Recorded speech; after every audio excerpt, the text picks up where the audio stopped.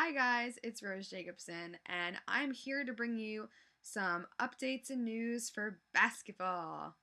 Now, if you're excited like me, you know that the NBA preseason is underway, teams are starting to play, and a lot of things have been going on in terms of training camps, and it's the time that the teams are now making their final roster cuts and putting together their final teams.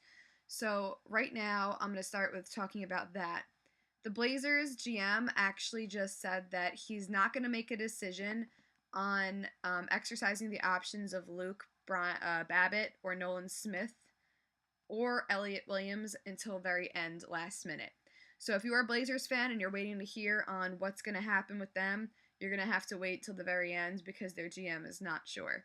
And he said this on record numerous times, so that's that.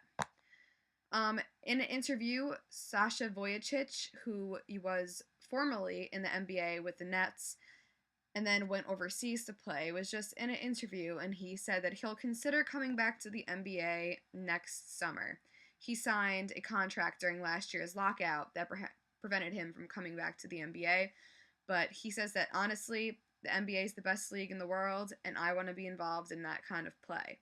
So, Sasha Vojacic, do you think that him coming back is really going to be a big deal? Do you think his age is going to impact if teams want him? He does have an extremely good three-point shot, and he could be brought in for a team as a three-point specialist. But what are your opinions on that? Also, all my Chicago Bulls fans who are freaking out about Derrick Rose and trying to find out what roster moves they're making. Right now, the Bulls also said that they're not going to be able to keep the players like Fresno and Jarek beyond camp because right now they're pushed hard against their salary cap. So the Chicago Bulls are kind of in some trouble with their salary cap, and I really hope Derrick Rose feels better. I love his new commercials. They're great, but hopefully they're true and he's feeling a lot better and doing well.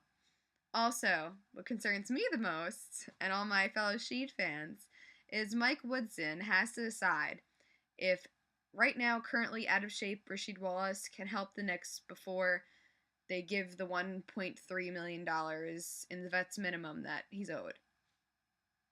Wallace's contract, again, is not going to be guaranteed in full until January 5th. And he signed a traditional non-guaranteed make-good pact. So basically what this means is that the Knicks have until, even if they put him on the final roster, which they haven't yet, they haven't added Sheed to technically the final roster. And if they did, they have it until January 5th if things don't work out. So if Sheed doesn't perform well, if he's not doing what they expect him to do, they can get rid of him and only pay him for the time that he was there. But personally, of course, here comes the Sheed rant. I think that he should make the final roster, and I'm pretty sure they're going to put him on the final roster.